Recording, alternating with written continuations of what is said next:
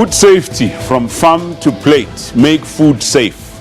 That's the theme of World Health Day 2015, which was on the 7th of April. The day focused on demonstrating the importance of food safety along the entire length of the food chain in a globalized world, from production and transport to preparation and consumption. Over the past half-century, the process by which food gets from the farm to the plate has changed drastically. Food contamination that occurs in one place may affect health of consumers living on the other side of the planet. This means that everyone along the production chain, from producer to consumer, must observe safe food handling practices. More than 200 diseases are spread through food. Millions of people fall ill every year, and many die as a result of eating unsafe food. Diarrheal diseases alone kill an estimated 1.5 million children annually. And most of these illnesses are attributed to contaminated food or drinking water, for that matter. So today we discuss food safety. Our expert panel will help us understand the challenges associated with food safety and how to prevent unsafe food. Interact with us as usual on our Facebook page, SABC Health Talk, and on Twitter at SABC Health Talk, including our email address, healthtalk@sabc.co.za. I'm Dr. Sello Mutaung, and this is Health Talk.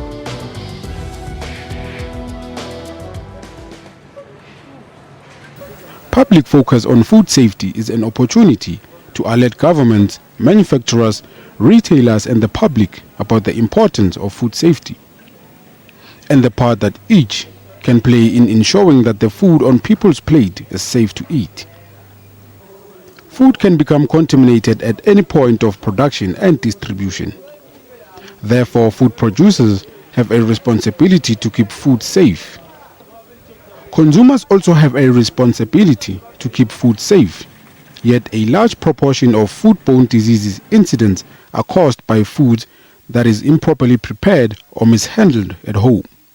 Not all food handlers and consumers understand the role they must play, such as adopting basic hygienic practice when buying, selling and preparing food to protect their health and that of the wider community.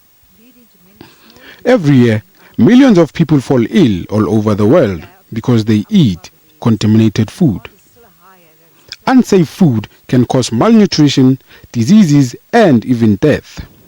There are people who are buying whatever that they're buying, which is very smelly.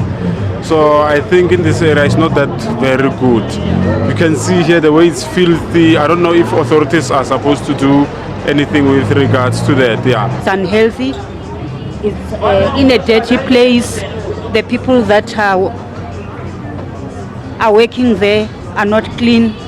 I buy meat here because it's cheap for me, especially because I'm unemployed. Even though sometimes the meat is spoiled, we buy it because it's very reasonable. I was working here in the supermarket. They told us to use spirit to remove the expiring date on the juice. We are all at risk. It is important for everyone to know food safety practices and make sure that their food is prepared safely from farm to the plate. Examples of unsafe food include undercooked foods of animal origin, fruits and vegetables that are contaminated with feces material. These challenges put greater responsibility on food producers and handlers to ensure food safety. Local incidents can quickly evolve into international emergencies due to the speed and range of product distribution. Serious foodborne diseases outbreaks have occurred on every continent in the past decade, often amplified by globalized trade. Now, food safety is multi-sectoral and multidisciplinary. Now, a multitude of different professionals from government, departments and agencies all work together, often making use of best available science and technologies to improve our food safety. Now, to help us understand critical issues on food and water safety, welcome our special guests. First up is Mr. Malose Matlala from the Department of Health, and we have Dr. Lucia Annelish, who's a food safety specialist and also owns her own consulting business on food safety. And next to her is Dr. Tembile Songabe, who's a director for veterinary public health within the Department of Agriculture, Forestry and Fisheries. Ladies and gentlemen, welcome to Health Talk. Thank you very much. Thank you. We're talking about a very important subject. You know, we all love our food. Everybody, you know, we need food to survive and so on. But there's this concept called food safety. Perhaps let's just start from basics. What is food safety? Let's start with you, Dr. Well, food safety is really about preparing, producing, manufacturing, retailing, and of course consuming safe food, to the extent that it should be fit for human consumption, and it should not cause injury or illness in the consumer that eventually consumes the food. Yeah. In my introduction, I added water. You know, I said food and water safety. I mean, is it understood that when you talk food safety, water is included as well? Generally, yes, we do include water as part of food because beverages also fall within the category of food. So water is an important component of beverages, but also water is used extensively in the production of food, not only at the farm level during irrigation, but also during the production and the manufacturing of food in processing plants. Okay. Now, Melissa, you know, there's the whole production, you know, the food chain, as it were. From production to you know, the consumer eating food at home. Now, clearly, we're more concerned about the end, you know, the consumer, that food has to be safe for the consumer. Now, who is responsible for ensuring that along the entire chain, there's safety?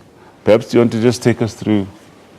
I think it is a responsibility for everyone. Right. It's actually, food safety is a shared responsibility wherein, as we've indicated, from farm to plate, we need to make sure that everyone who's involved in terms of food production, from the farm up until to the plate, is actually, you know, responsible. There are different responsibilities and roles played by different stakeholders.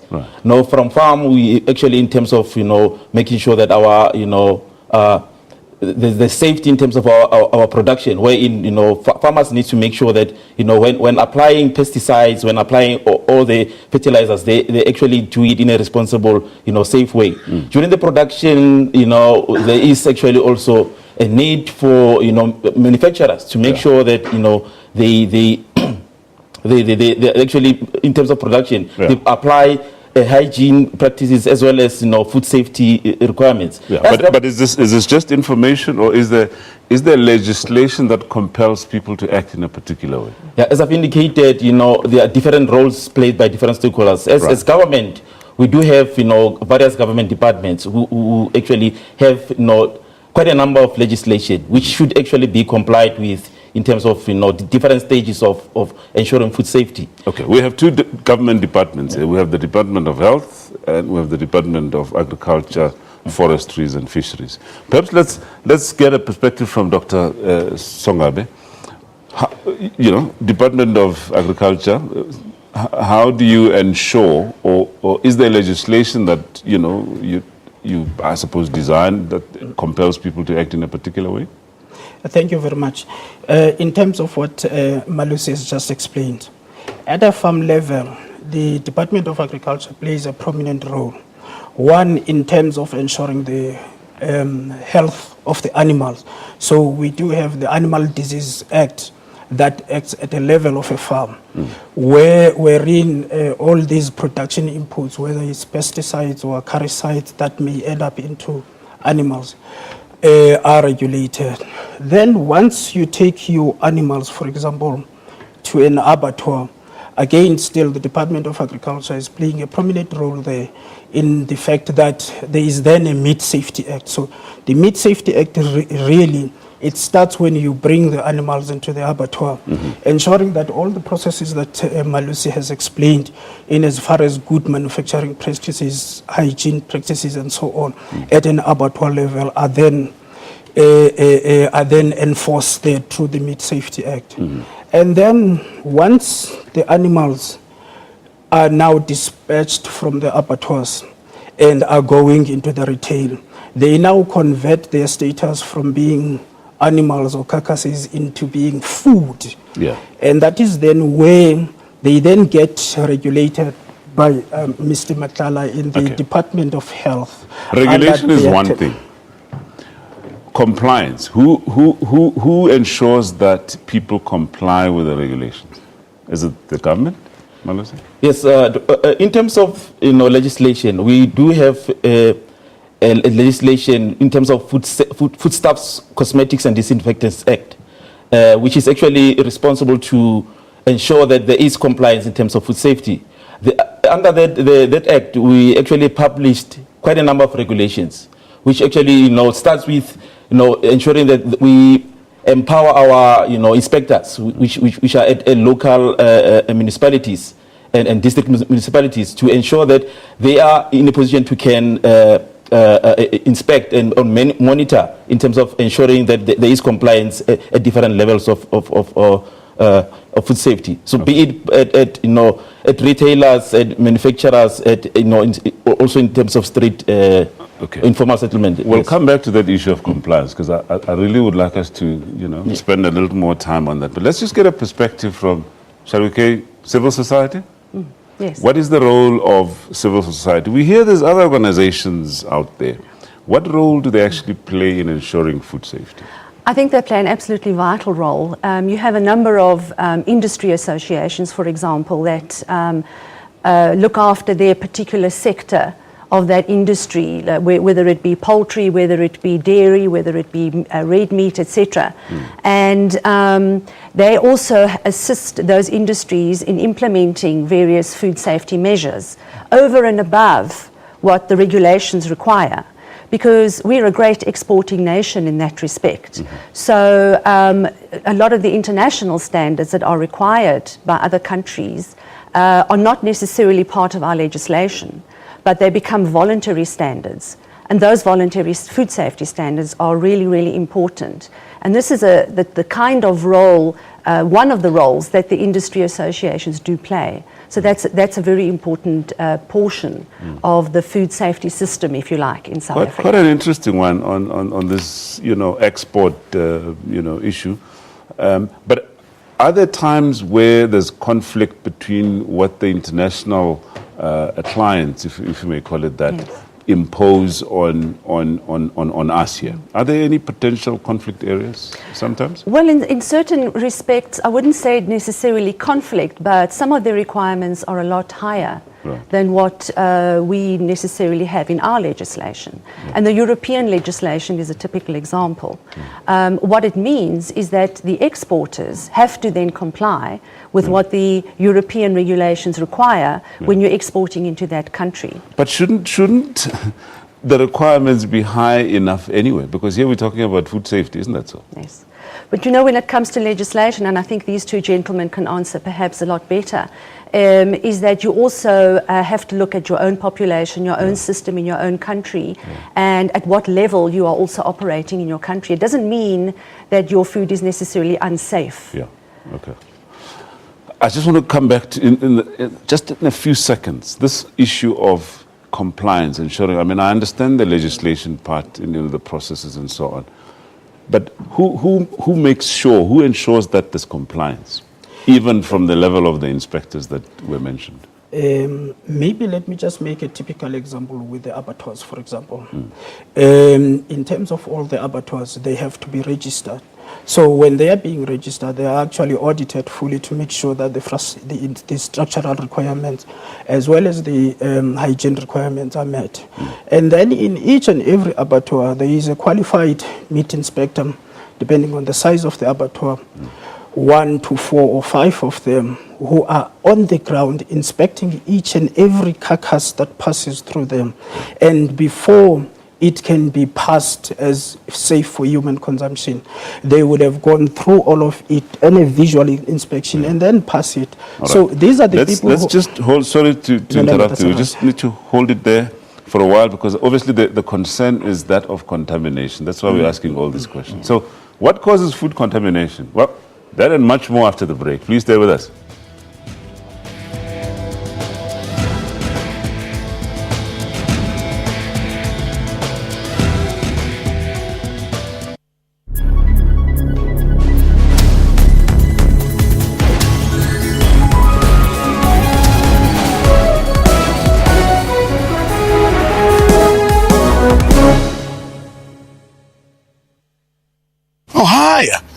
just brushing up on my party.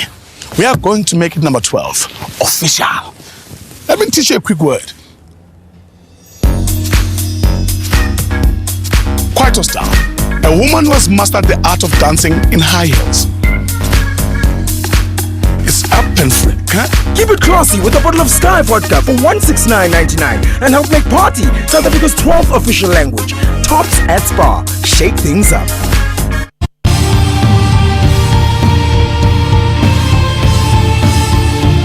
Welcome to Network, a technology news program that also discusses what's trending in social media in and around Africa. MTN has launched its new movie and television streaming service, Front Row. If it's trending, we will find it. That's Network with me, Spumelele Zondi, every Sunday at 7:30 p.m. only on the SABC News Channel. We kick off this week's show by seeing how Kenyans are paying tribute to the victims, as well as not only how they've coped, but how they returned stronger after the attacks. Last year, images of the 4-day Westgate Mall attack saturated front pages. In the Democratic Republic of Congo, artists have assembled to celebrate the peace this war-torn country has not had in a long time. No conflict that can't be solved without a conversation. The Journal, every Saturday at 1:30 on SABC News.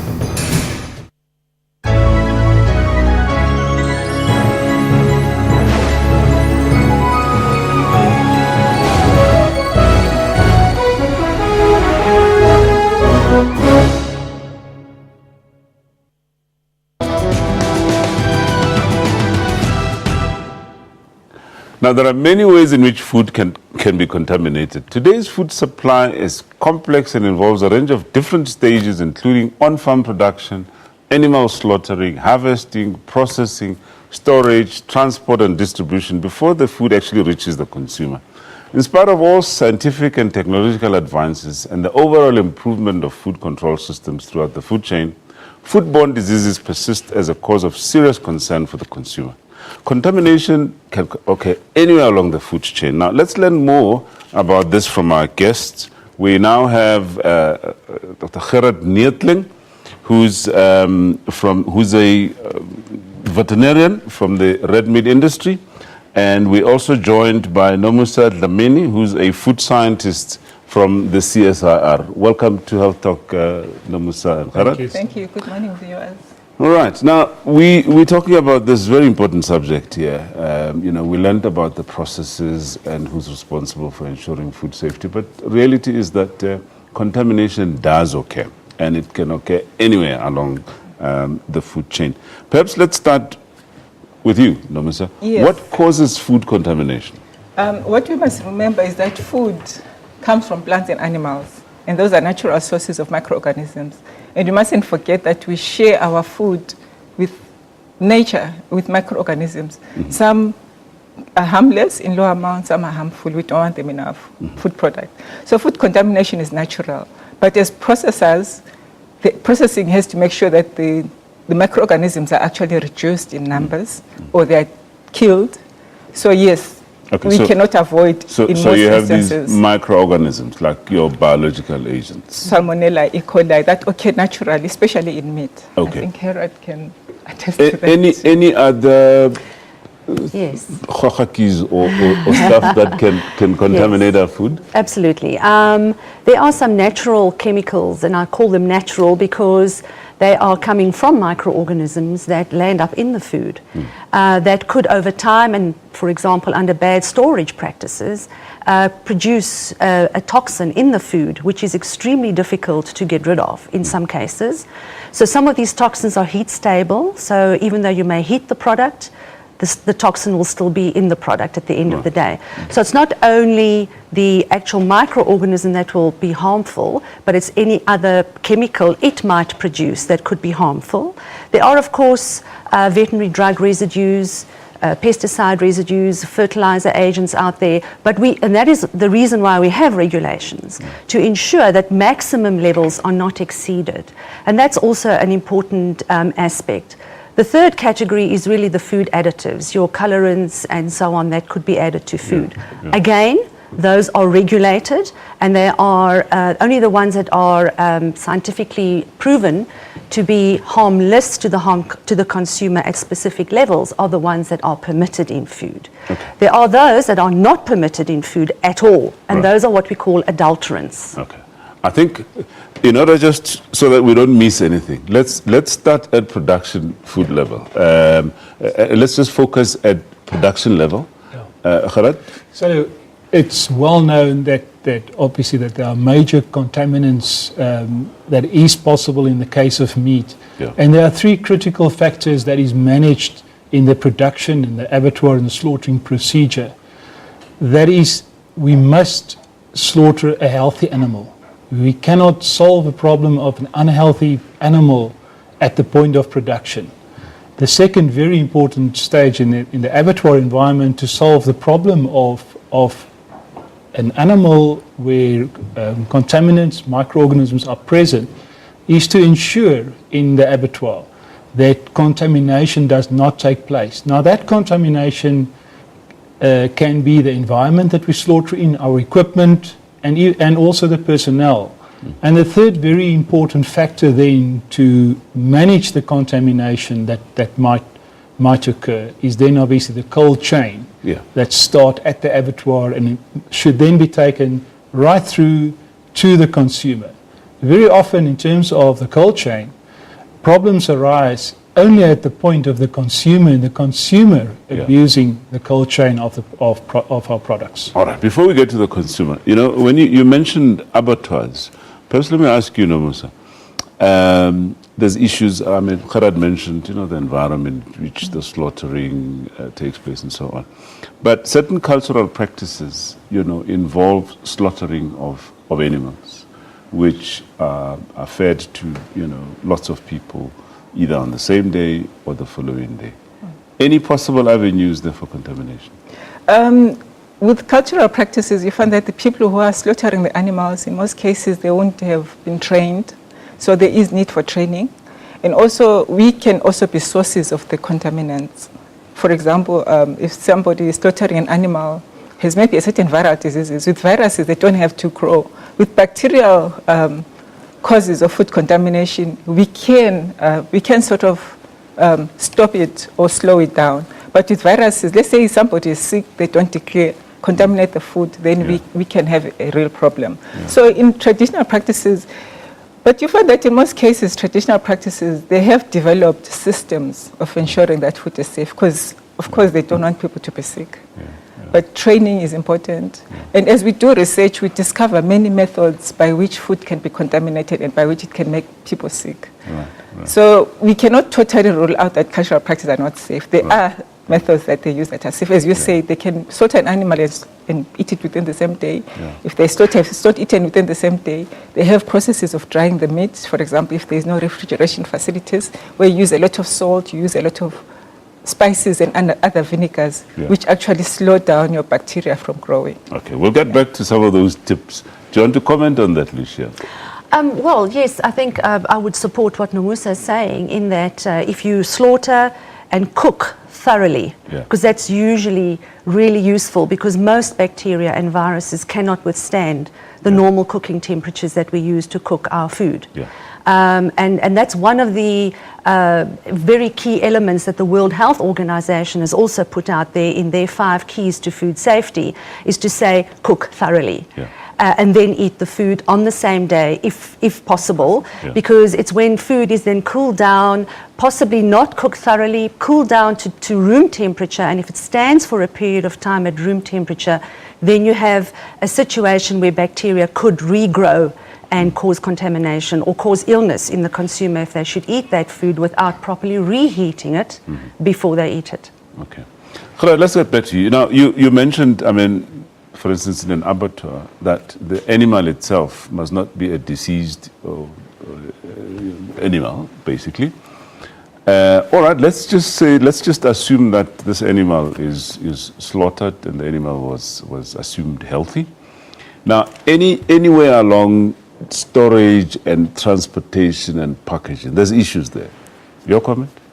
Yeah, sure. It is very important. I think one of the biggest challenges in the legal environment in South Africa, as far as meat safety is concerned, is the fact that there's a fragmentation of legislation and the control over the safety of the product in South Africa.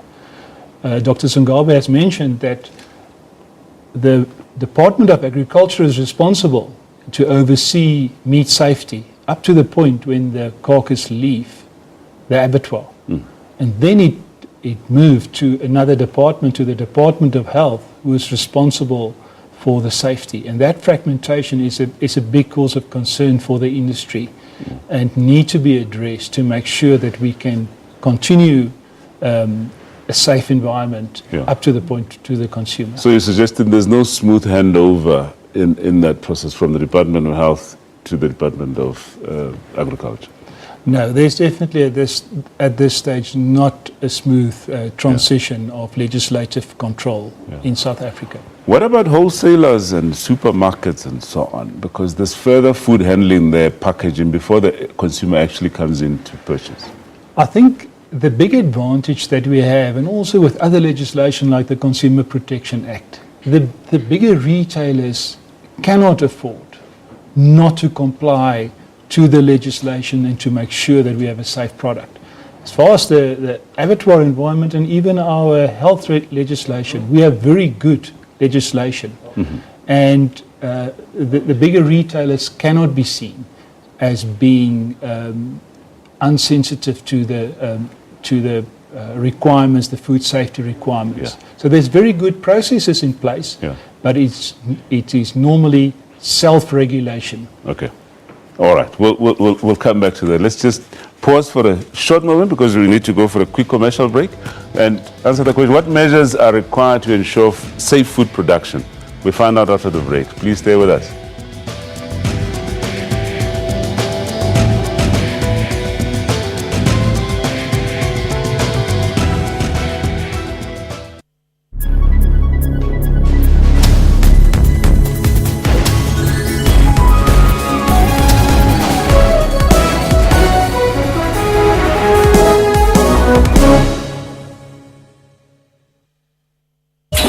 Dudes and dudettes, did you know that us young people make up more than like 1/3 of South Africa's population, but only like 1/4 of the voters? I mean, what's up with that? We're the ones who can make a difference. You, me, everybody. Register and make it happen. Cheers, dudes.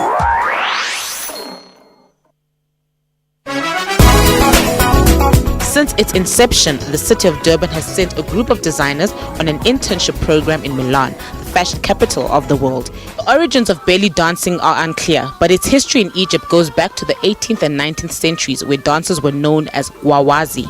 Inala's original music is composed and performed by Ladysmith Black Mambazo, the multiple Grammy Award-winning South African isicathamiya group, led by Joseph Shabalala and Ella Spira. Inala blends the rhythms and harmonies of native musical roots with live percussion, piano and strings. Join Musam Khalipi on Afro Showbiz every Saturday at 19:30 CAT.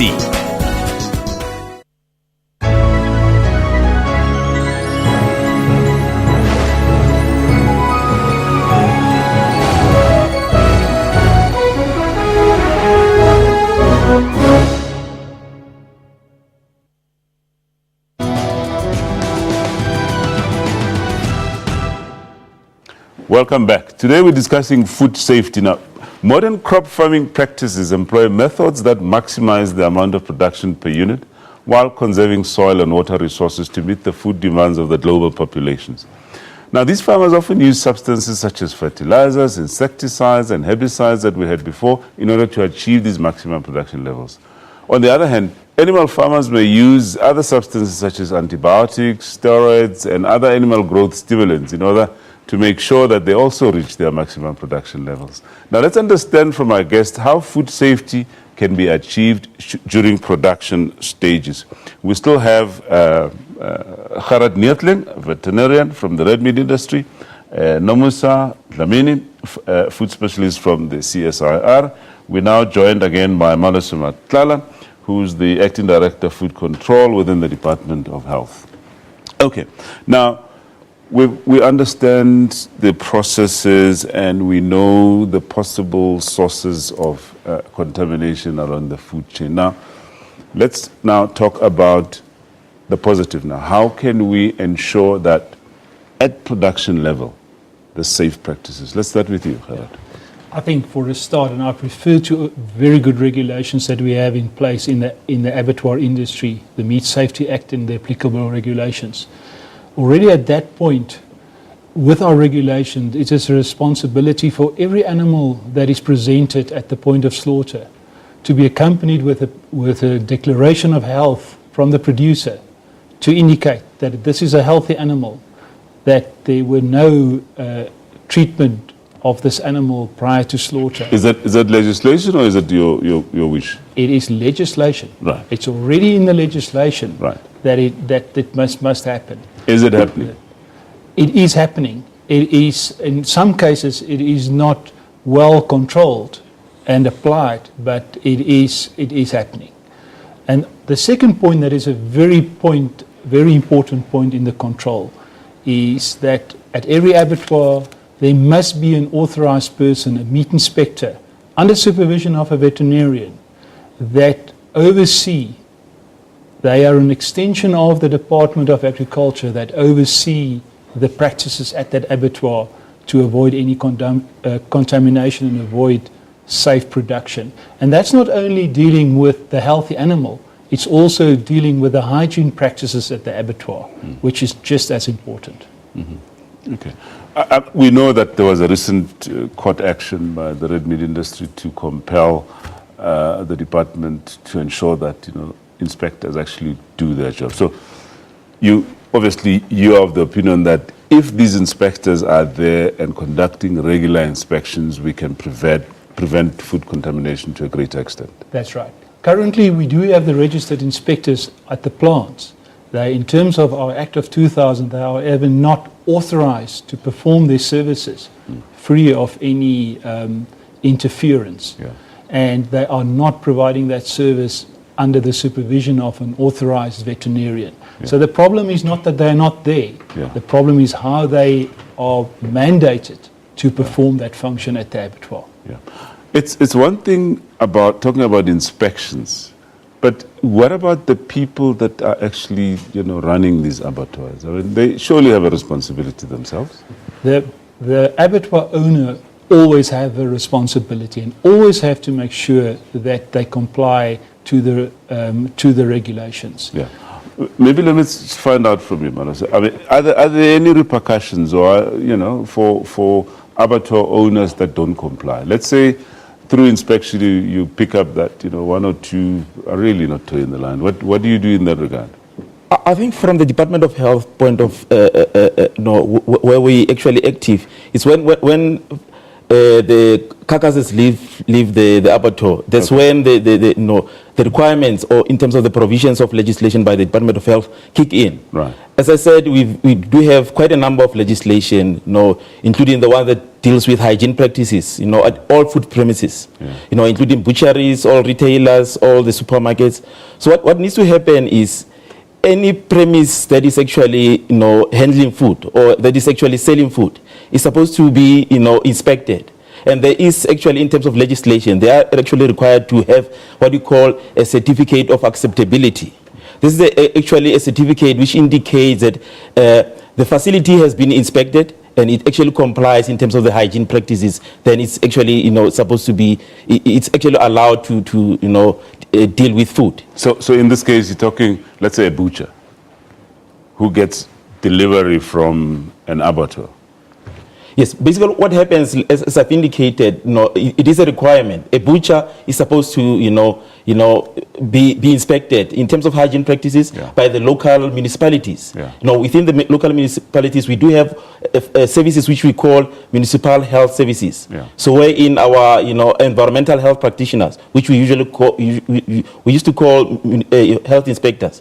So they go there and inspect, those butcheries, and in terms of, the practice that is actually a requirement, they will actually issue a certificate of acceptability. Okay. So if you're the consumer and you go to a butcher to go and purchase meat, okay, from the consumer's perspective, what is it that you should look out for when you look at a butcher that tells you that, this is quite safe, it's safe for me to get this meat, purchase this, to go and prepare this at home? Anyone? Well, the first thing very important for the consumer is to ask about the abattoir of origin of the product that they see in a butcher.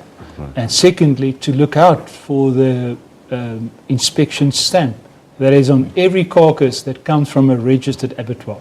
I think that is the first point of departure. But often you don't see that stamp. You see the meat nicely packaged.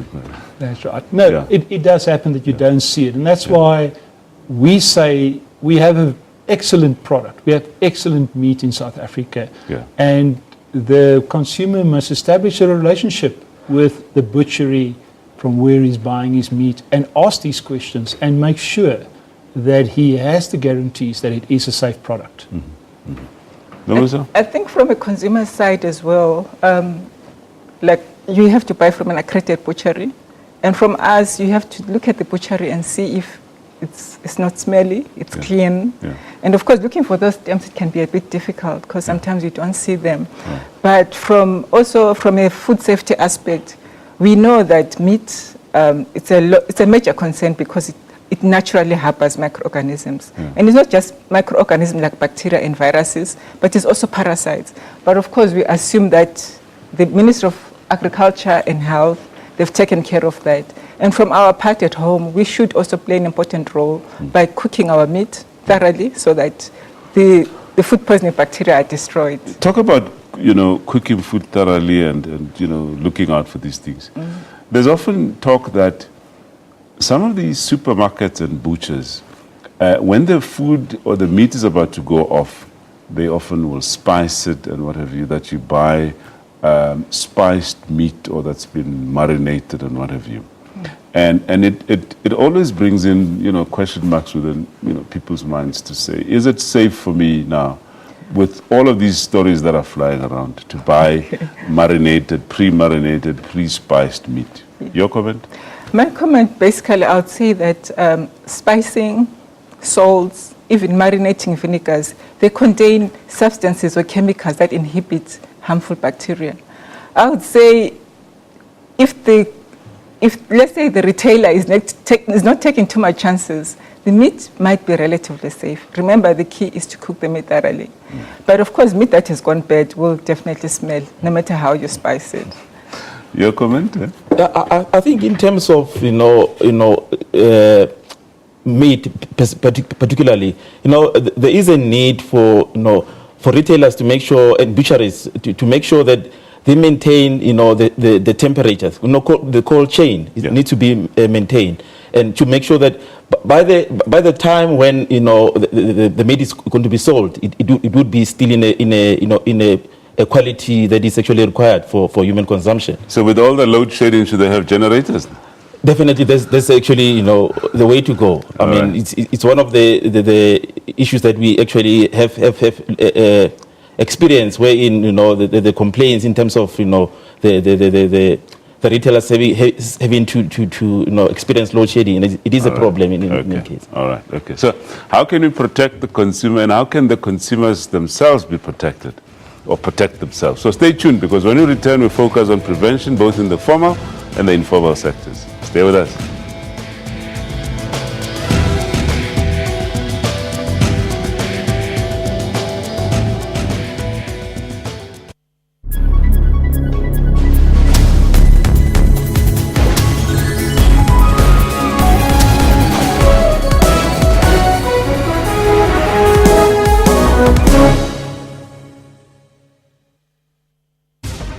These are the stories that wake us up and keep us going. To countries where terrorism still lives. Stories that bring us closer to the conflicts and policies of the other side of the world. And the lighter side of the motherland's beauty. Its people, their journeys, beliefs, and cultures. people who believe in doing it for themselves, who strive and believe in our country, and in challenging themselves because of a need to grow. This is SABC News. Didier Drogba, a footballer from Ivory Coast, was named as the third most influential celebrity in Africa. Where I saw him display, he's very nice player.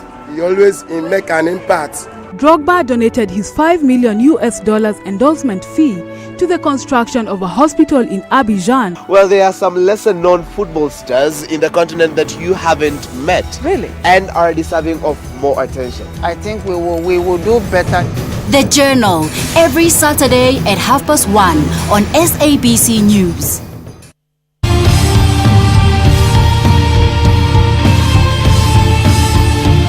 Welcome to Network, a technology news program that also discusses what's trending in social media in and around Africa. MTN has launched its new movie and television streaming service, Front Row. If it's trending, we will find it. That's Network with me, Spumelele Zondi, every Sunday at 7:30 p.m. only on the SABC News channel.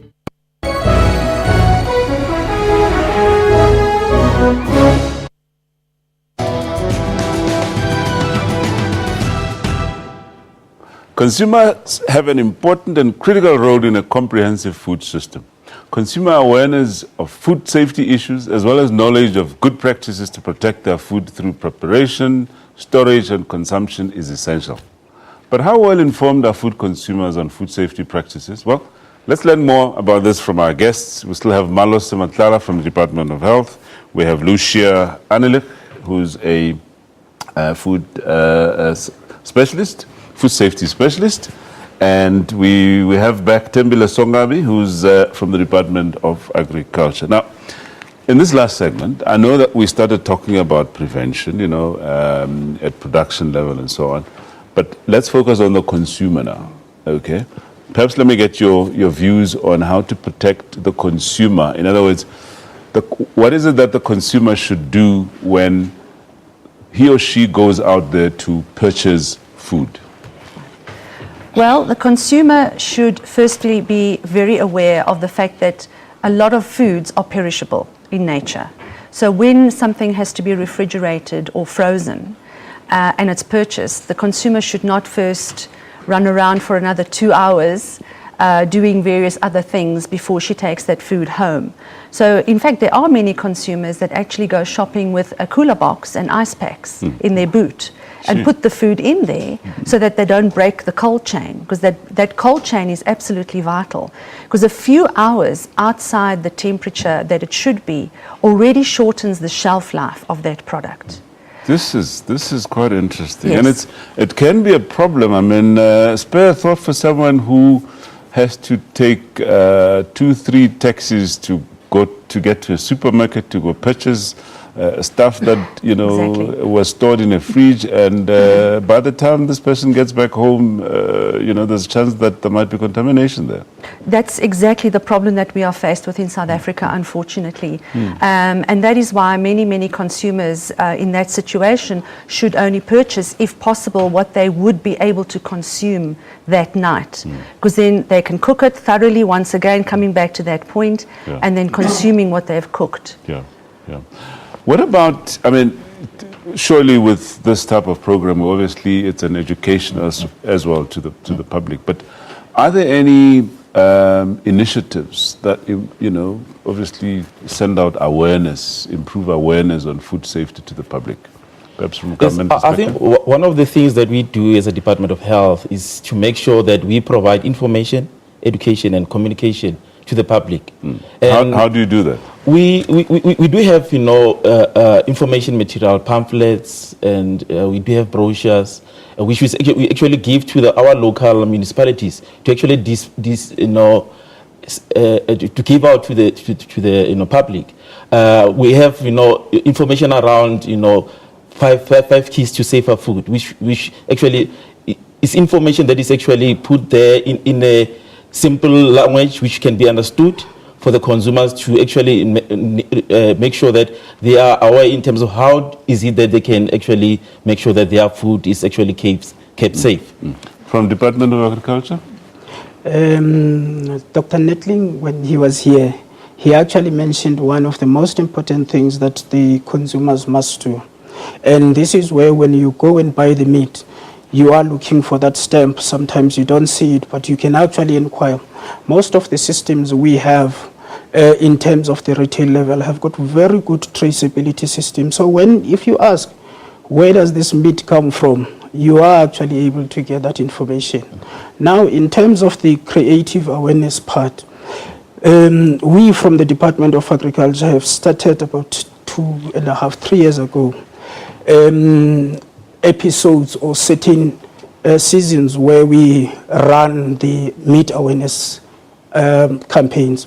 In this meat awareness campaign, we will have a short radio clip just that talks about ask where the meat comes from, what are things you should be worried about, and so on. We run this once a year for a certain period on radio, on print magazine, and also on TV. So we have already had short segments on TVs and radios that specifically talks to telling the consumer, be aware.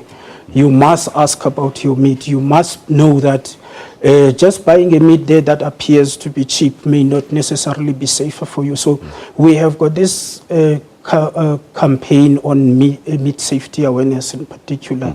We do understand that these measures are maybe a small dent in a bigger problem, and I think we are constantly trying to review around and see how can we make this message even more louder given the communication environment and so on. What about civil society? I mean, in terms of education, are there advocates of food safety out there that send out messages constantly? I think there are, but I don't think that's enough. I think that civil society can do much, much more in terms of the consumer specifically. And I think one of the things that I'd like to just address as far as what else the consumer could do is washing hands. You have no idea the impact of washing your hands, a simple procedure like that, and the impact it can have on preventing distribution or transmission of a food safety problem within the household and between different people. Yeah, sure. And we're talking washing hands in the household, but it's just as important as in the supermarket by the food handlers themselves. That's a requirement. I mean, there are specific procedures when you do training of in the food manufacturing sector, for example, and there are hygiene policies that those sectors have in place. And people's hands are swabbed from time to time and sent away for testing for various organisms that typically could be found on hands to make sure that, in fact, the hand washing procedure is being done correctly. So if you go to a butcher and you see this person behind the counter with some cloth, over the shoulder, and there's all sorts of flies, and uses the cloth to chase the flies away, you need to be suspect. Yes. Now, it's so very well, talking about all of this in the formal food sector. The informal food sector. Perhaps let me get a view from you. Now, I mean, there's all sorts of chisanyamas and all sorts of things that, places almost anywhere where people set up stalls to just sell food. How can we ensure that, the safety in that informal environment? I think that is actually a problem in terms of, informal, sector. But again, it is actually one of the things that we actually, as a department, trying to do in terms of educating and creating awareness in terms of our, street food vendors or informal sector, in terms of making sure that they practice hygiene, they actually, are in compliance with their hygiene practices, As Lucius indicated, washing hands, the utensils which they use, keeping the food in a temperature which is actually required, cooking food thoroughly.